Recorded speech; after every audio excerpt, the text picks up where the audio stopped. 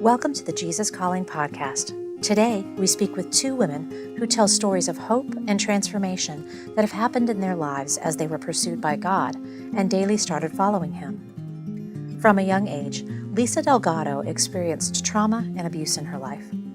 As she grew older, she pushed away from her family's strict religious upbringing, but always knew something was missing. Struggling with depression and darkness, Lisa shares a pivotal moment where a friend's kindness and compassion showed her something that would change her life forever. Hello, my name is Rene Delgado.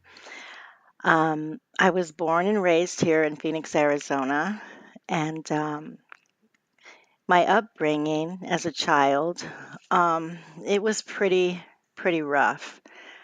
Um, my mother was a single parent, and she had 4 children, and we were all separated. Um, we didn't necessarily have our own home.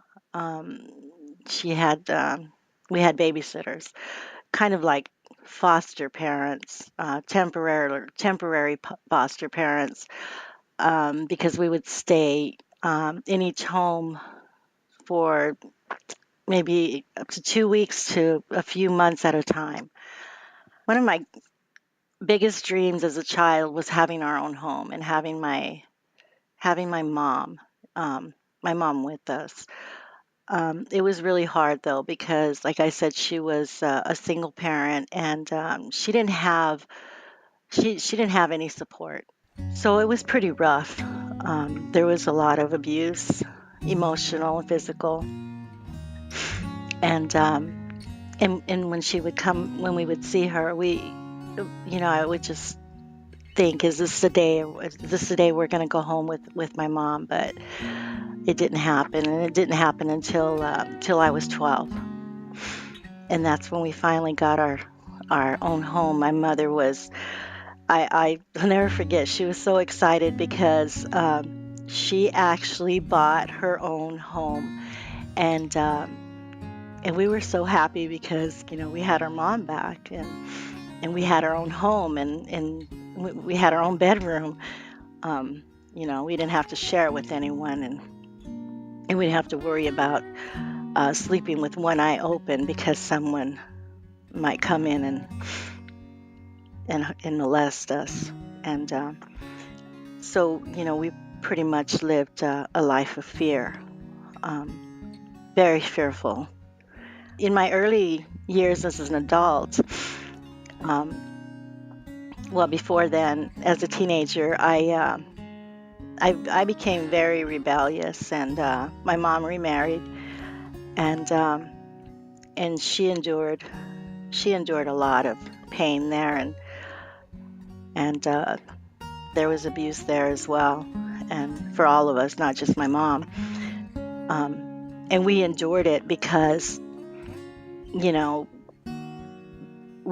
had our own home, and so the pain that was going on inside of our home was nothing compared to being separated again, and so we endured that, and we didn't talk about it. We didn't cry out for help because we were still together.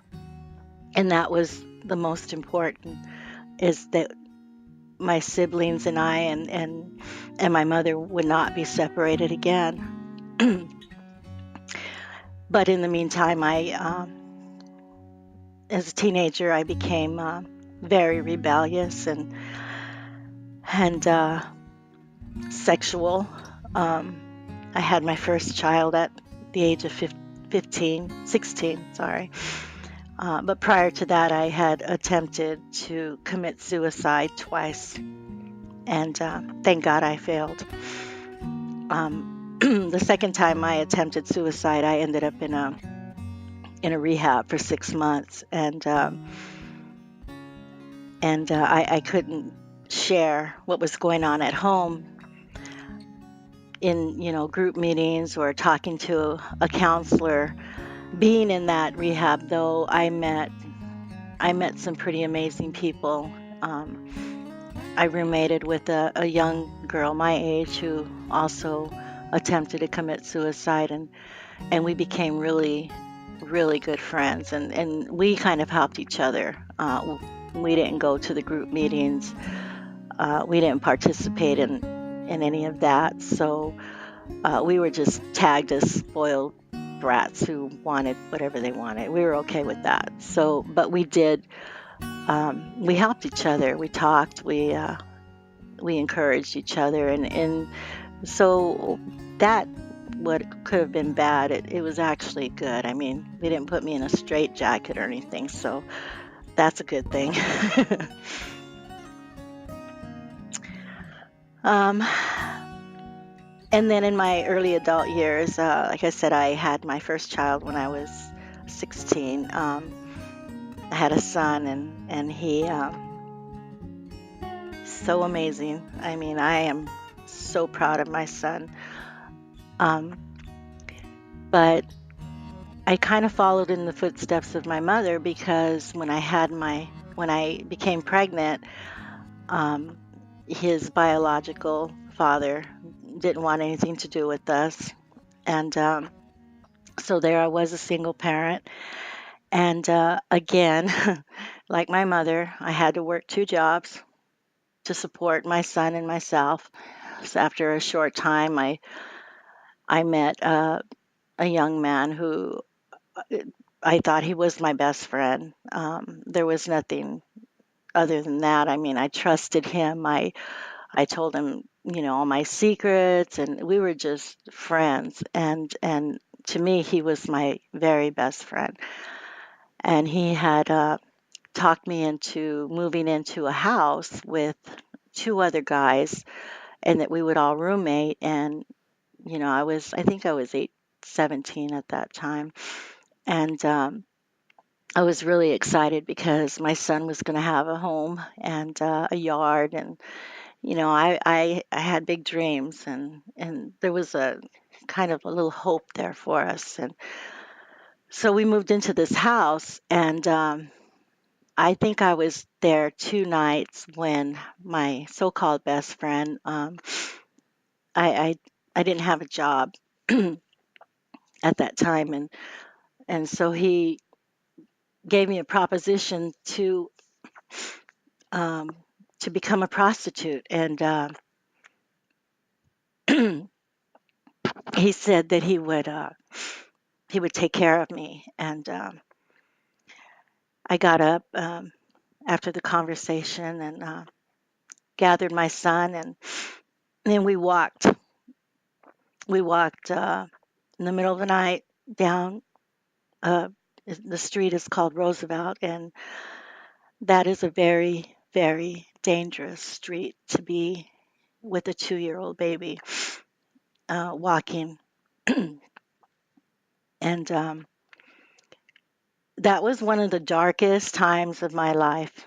And but that darkness made me realize that I needed to do something. I needed to really do something and change for myself and my son to give us a better life. I did go back home to my parents, and I went back to school, and I acquired my GED, and I went on to Maricopa Skills Center, and worked towards becoming a secretary. And during that time, I did have to leave my son with my mom because I didn't have a car, and I had to take the bus to and from school and during the week. And then on the weekends, I worked as a waitress. And so there was a short time that my son and I were separated um, for a while. And while I was pursuing that dream for us, which was amazing. I'm so grateful that I went back to school. Later on, I got married, and we had two daughters, and so he had children as well. And, the depression never left me, even though things, um, you know, I, I made life changes. the fear was one of the things that kept me paralyzed from really pursuing and chasing after any dreams that I had. It there was like this unfulfillment in my heart, and I'm not trying to preach. I'm just saying there was something missing, and but I never knew what it was. I mean, I had as a child, I grew up in a religious house. You know, everybody that relatives and friends, they were all very religious, and to the point to where they were always condemning me and very abusive, and they would tag me, and my name was basically whore. That's what they would call me as a child, and so I strongly believe that when you tag somebody in any kind of a positive or a negative way, that's pretty much what's going to happen, because you have no self-esteem, and you can't even look at yourself in the mirror because you see the person that they named you. So I never felt worthy of anything, and especially worthy to God. And there was times that people would approach me and ask me, "Do you want a personal relationship with Jesus?" And I would literally cuss them out and then throw them out. I didn't want anybody who was religious near me, because religious, to me at that time, people who were religious were constantly, they were condemning. You know, they made me feel bad. They made me feel dirty. I already felt dirty. I didn't need anyone else to, add that extra mud, dirt on me. My marriage did not start off, a fairy tale. He had two children to a prior marriage, and I had my son, and we both drank a lot. We loved to party, and so we made a lot of bad choices, bad mistakes. My parenting skills, I never knew how to be a parent, not even when I had my child, um, because I didn't really have anyone to model the proper parenting skills. And then there was a time that we lost everything. I started a cleaning business, and so we were both pretty successful. We were making really good money, and I hired quite a few family members to, in my cleaning business, and we were doing really well. And then my husband decided that he wanted to retire and come and work with me, which I was 100% against it. And other things happened within the family, and we ended up losing everything. Our house, our vehicles, our dignity. I mean, we lost everything. We lost everybody, and I was devastated. I felt like a failure in every way possible. I failed my children, and again, I even lost my driver's license, so I became a prisoner in my own home. The only way that I can get out is if someone came to pick me up and take me, which that didn't happen very often. I did have a couple of friends who would literally show up and drag me out of bed because I was so depressed I couldn't even get out of bed. There was a time that I thought about ending my life because I just felt like everything was over for me. And one day a friend of mine called, and I hadn't spoken to her in years. I mean, she called and she said she really wanted to come over and visit with me, and yeah, I had already given my life to Jesus, but I didn't have a relationship with him. Like I said earlier, people would ask me, would you like to have a relationship with Jesus? And so I never, you know, I never really, even though I've given my life to him, I still did not have a personal relationship with him. I didn't know what that looked like. I didn't know what that meant. I mean, if it meant getting religious and being on my knees 12 hours a day, that just wasn't going to happen. I mean, you know, I just I couldn't be religious. I mean, there's just no way. So this friend of mine called and she said she really wanted to see me if she can come over and and I said of course, and so I was actually excited because I haven't talked to her in a while and she had just lost her daughter. Um, and I kind of thought, it was kind of strange. I mean, for someone who had just lost their child, um, you know, I don't know what I thought. I just thought it was kind of soon. I didn't really know what her intentions were until she showed up and she came and I had a nice lunch for us and she brought this book to me and believe me, I had a lot of friends bring me books because they knew my mess and they were trying to help me. But this particular person brought me this book, Jesus Calling, and I looked at it. I didn't really show much interest in it, but she said, Lisa, she says, I don't know why. She goes, but I was out shopping and I seen the book. And she goes, I just felt like I had to buy it. And she goes, I don't know why, I just felt like I had to buy this book. And she said, I thought maybe I needed to read it. And so she said, I went ahead and picked up two. And she goes, when I got home, she goes, I just couldn't get you off my mind. I just felt like I had to get this book to you. And I wasn't one for, you know, thinking that way, like God, like the Holy Spirit is trying to nudge you at something because, I didn't believe in any of that. So I kind of looked at her like she was a nut.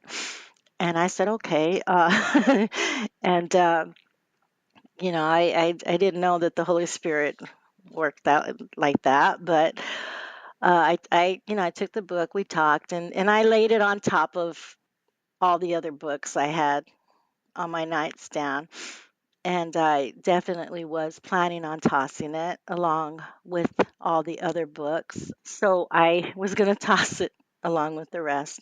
A couple weeks passed after seeing her, and my darkness just got darker, and there was a lot of problems. I still struggled with depression. Fear was paralyzing for me. I was very fearful of making decisions. My husband made all the decisions. I just existed. That's all I did. I was a mom. I did my mom stuff.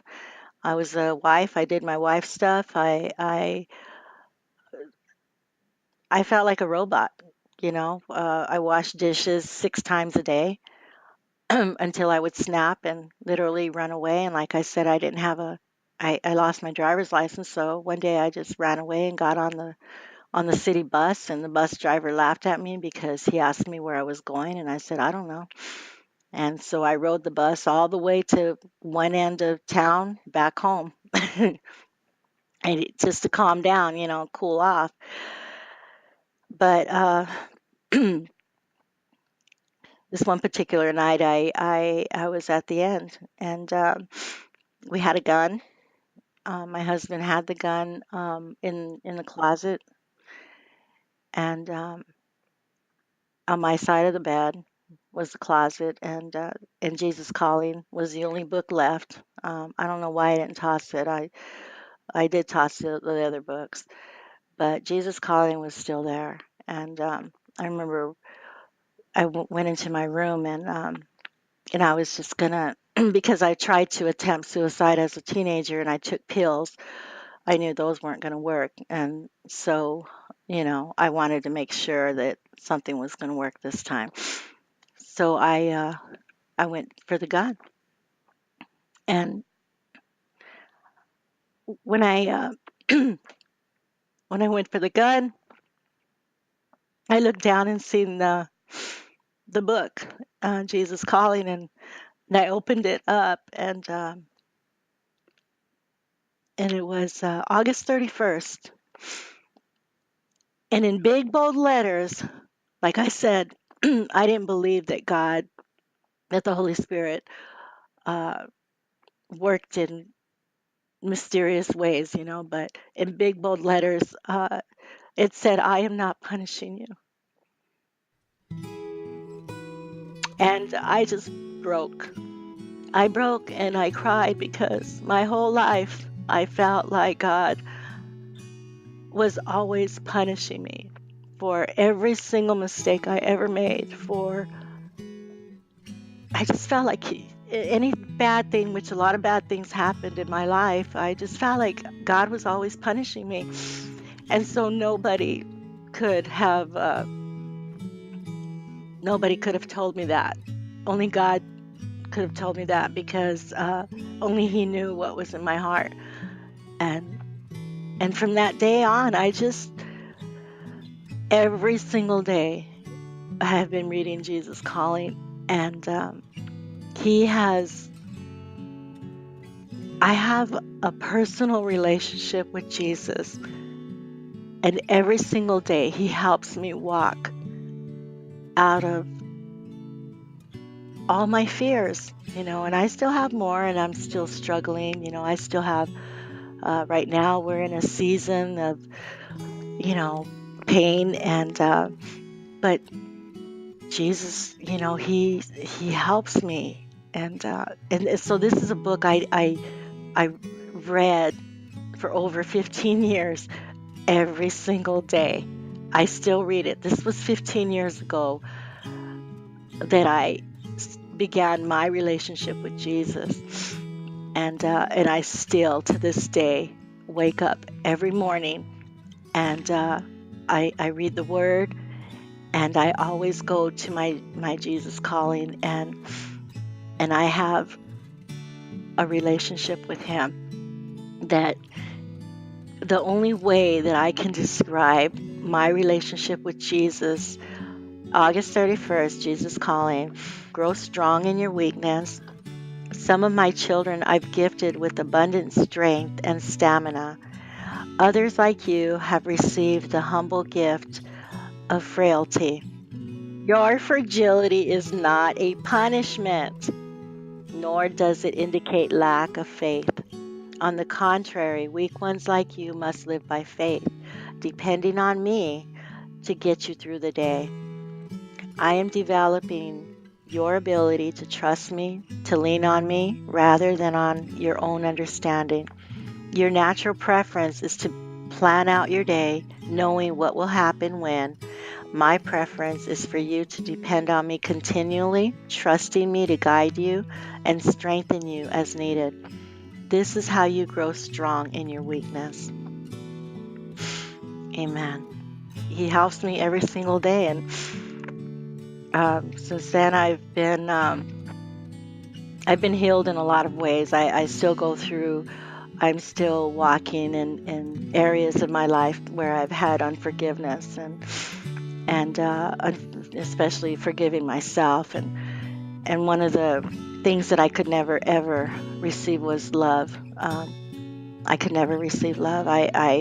It's just actually been recent, maybe a year, less than a year ago, that I actually experienced what love really felt like, and because I could never receive it. I was so self-condemning, and I didn't think I deserved it, and so God uses people to to shower that love on you, that unconditional love, in the times that you feel like you don't deserve it, and He's still there. He's still loving on you, and you're like, what? I just did this, what? This was awful, Lord. How can you love me? And which verse is that? Romans 8, where He says nothing and nothing can separate you from God's love. I mean, I've done some pretty bad stuff, and I've lived in shame most of my life, and just knowing that no matter what I have done or what I do now or what I'm going to do in the future, God still loves me. Nothing's going to take that from me. I would tell you, if you were thinking of giving up, I would, please don't. Please don't. You have no idea what plans God has for you. And just because it's dark right now where you're at, doesn't mean there's not a light shining, because Jesus is the light, and He does. He's sitting right next to you in your dark. Even in your dark, He's sitting right next to you. He's there. He's just waiting for you. To follow along with Lisa on her faith journey, please visit her blog called Day's Journey at lisarenedelgado.com. We'll be right back with our second guest, Lisa Whittle, after this brief message from Audible. As a special offering to you, the listeners of the Jesus Calling podcast, Audible is offering a free audiobook download with a free 30-day trial to give you the opportunity to check out their service. Find your favorite Sarah Young titles, including Jesus Calling and Jesus Always, in an audiobook version, and get it for free by trying audible.com. Check out a small sample of the Jesus Calling audiobook featured at the end of this podcast. To download an entire free audiobook today, go to audibletrial.com/JesusCalling. Again, that's audibletrial.com/JesusCalling for your full free audiobook. Now, on to the second half of our show. Our next guest is writer and speaker Lisa Whittle. The daughter of a pastor, Lisa wasn't interested in a life of ministry until she found herself being pursued by God for that very thing. Lisa has dedicated her life to writing and speaking about the truth of Jesus Christ, and shares the joys and challenges of what happens when you let God lead you to the places He would have you go. My name is Lisa Whittle. I'm a wife, a mother of 3. I'm a writer, a speaker, an author of 6 books, and believe that Jesus is everything. My husband and I have been married for 22 years. We've lived predominantly most of our married life in Charlotte, North Carolina, where he's from. He's a native Charlottean. And we have 3 children. 2 oldest are boys. Ages are 19 and 17. So my oldest is in college. That was a sort of a weird launching for us last year. And then my youngest is my daughter, our daughter. She's 15 and she's a freshman. So we're in this kind of mad, crazy stage of raising teenagers, young adults, and it's the greatest time of our life in many ways, and the wildest and the most mentally taxing. But we're enjoying a lot. We're a tight family of 5, and yeah, then I write and speak and do those things too. I was born in Houston, Texas. I was born into the family of a pastor. So ministry and church life is something that I've known from a very early age. My longest relationship has been with the church. And so that's a kind of a familiar place for me, and really found a lot of beautiful things there, and also found some pain there too. Loved Jesus intimately my whole life, became a believer in my heart when I was 6. And just then through a series of events, my father was a mega church pastor, lost his church when I was a young woman, and really had to sort through a lot of identity issues, that just created some holes inside of me about, who I was outside of my dad's roles, and, how the church can hurt us sometimes, and yet we're all flawed humans as a part of that institution. And so where God fit in with all of that. And so that was all a part of my journey. I met my husband when I was in seminary in my young 20s, because I was actually going to go to seminary to study psychology. Marriage and family counseling is what I was going to do. And then just somewhere along the way decided I didn't want to sit and listen to people's problems all day. I have a lot of respect for counselors, but I just thought, I don't know if I can do that. And so the full disclosure is that I'm a seminary dropout. I'm sort of that rebel, and I'm sort of that one that I'm a questioner, I'm a skeptic. But the one thing that I've always known innately is that I've always known, even in my running away, that Jesus was everything. Like I just sort of knew he was it. And it was in that heart way. It wasn't like my parents just taught me that and I just received it and never questioned it. I just knew it. Like I knew God was it. I knew there was this sort of call on my life. Like, and when I say that, what I mean is like, just sort of this innate thing that where Jesus was drawing me to serve him in a way. Now, I didn't understand at the time that that might involve me having some kind of public ministry of speaking and writing, or I probably would have said, absolutely not. And then subsequently as the years went by, I did say no on many occasions. But the real catalyst for me writing was my husband lost his job when I had 3 children under the age of 4. It was a lot of me running away, a lot of Jesus pursuing my heart and me saying he's worth me giving my life to. And from my passion for him, it grew this desire to say, I want to talk to people about what a life with Jesus looks like. And out of that grew this ministry. I think being a reluctant server of Jesus, whatever that looks like, is on the other side of that is when you do finally surrender, when you do finally say, okay, Jesus, I'll do whatever I feel like you're calling me to do. So for me, after years of being reluctant to step into any type of ministry, after seeing what happened with my own father and family and just some of the things that we went through, and knowing too much probably about, systems and organizations and how, we can hurt each other a lot when we get off course and don't keep our eyes on Jesus, but it starts becoming about programming and weird things like that. The beautiful thing was like, I realized, number one, there was so little to be afraid of and so much beauty of the life of actually following Jesus and doing what he'd equipped me to do all along. And then there's also just this sense of purpose and peace of that I found in saying, this is what I was born to do. This is what God put me here for. It was interesting because my father went to heaven April the 2nd, and it was a difficult time in my life, certainly. And I've been a daddy's girl my whole life, and we're very, very close. And so, but I'm also sort of, how we all take on roles in our family, and I'm kind of in that role in my family, even though I'm the middle child. I'm kind of the strength person in my family. They would all agree, I'm sure. And maybe it's a self-appointed role in some ways, but also I think, it's just kind of the way I roll in life, right? So like, I'm that person that, if you're in a crisis, call me, because that's when I'm the best. Like I'm that person you'll call when you're in the middle of a crisis.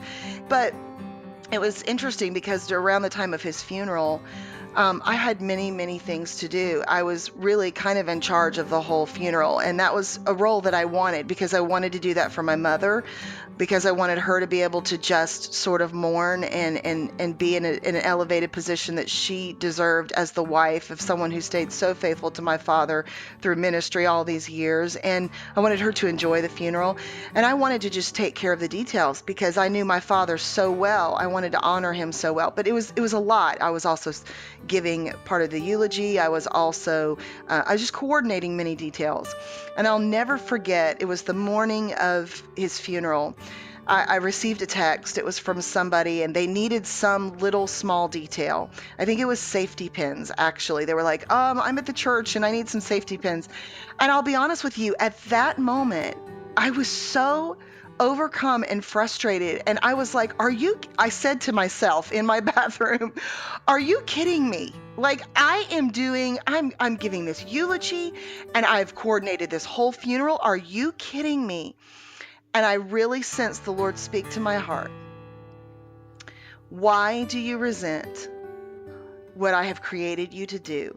He spoke to my heart, and it was this: I had created you that other people might draw strength from you. That's your role. That's literally that's why I've created you. Now, that's not to say like there can't be boundaries. That's ridiculous. I'm a big boundary person, so I don't believe in like us just running ourselves ragged. There's a difference. It was a sense of like, Lisa, this is who I've created you to be. It is a person that others can draw strength from. And this is a role that I've created you for. So don't wonder when other people call you for things that they need, because this is what I've given you to do. And that gives us a lot of peace and hope and purpose. Well, I'm grateful for that. Sometimes there are things so deep and so difficult. Sometimes it's just normal life. Sometimes it's just the weariness of life that's deep and hard. And sometimes it's people like my friend Angela who bury their teenage son.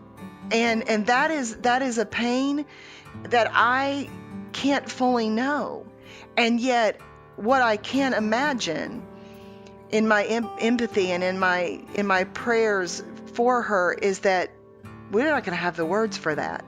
5-word prayers came to be really out of my own frustration over my prayer life, because, here I've been in the church my whole life, as I've said, and here I, have been a believer in Jesus since I was 6 years old when I gave him my heart. And, I've heard probably a couple hundred, maybe close to 1,000 sermons on prayer in my life, read many a book on prayer, but it just goes to show that as long as we travel with Jesus and we're believers, that prayer is still something that a lot of us struggle with and that tends to elude us in some ways, that, all of us are on a quest to deepening that.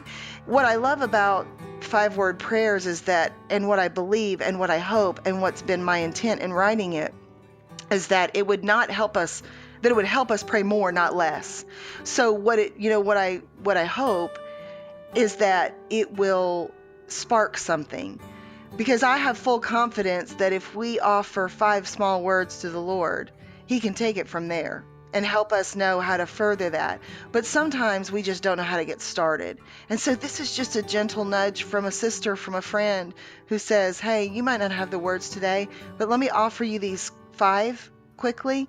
Start with those and see where it goes with the Lord. I got my first copy of Jesus Calling years and years ago, and I believe that it was gifted to me by a friend, which it's, beautiful, right? Just the simplicity of it, which is so similar to the 5-word prayers philosophy. We often try to make things so difficult. And I think what I love about Jesus Calling is it speaks to our heart. It connects us so directly to what Jesus is saying to us. And I think that is important for us to remember, the intimacy. That's something that is powerful, especially in this day and time, to remember our Creator and how much He loves us and purposes for us in that intimate way. I gave it to my oldest son before he went off to college, because I knew that though he might have great intention, there would be it would be hard for him to read a lot of long devotional books and things like that. He was going to be going off to college for the first time to play football, and he was going to a secular university, and I knew that he would just need something, a little something every single day. And after he'd been gone for several months, he sent me an email and told me about how powerful it was for him to read every day something from the Jesus Calling book, that it just ministered to his heart so deeply. And so that means a lot to a mama. To learn more about Lisa Whittle's book, 5-Word Prayers, Where to Start When You Don't Know What to Say to God, visit lisawhittle.com. Next time on the Jesus Calling podcast, we visit with Donna Barrett, a woman whose story of faith and tragedy brought her closer to God. All my life, I felt like I was a mistake. And it's come full circle. I'm not a mistake. I am God's handiwork. I am God's masterpiece. And faith comes from knowing and knowing the Word of God. I want people to be healed and to live in the fullest of Christ. Hear more great stories about the impact Jesus Calling is having all over the world. Be sure to subscribe to the Jesus Calling podcast on iTunes. We value your reviews and comments so we can reach even more people with the message of Jesus Calling. And if you have your own story to share, we'd love to hear from you. Visit JesusCalling.com to share your story today.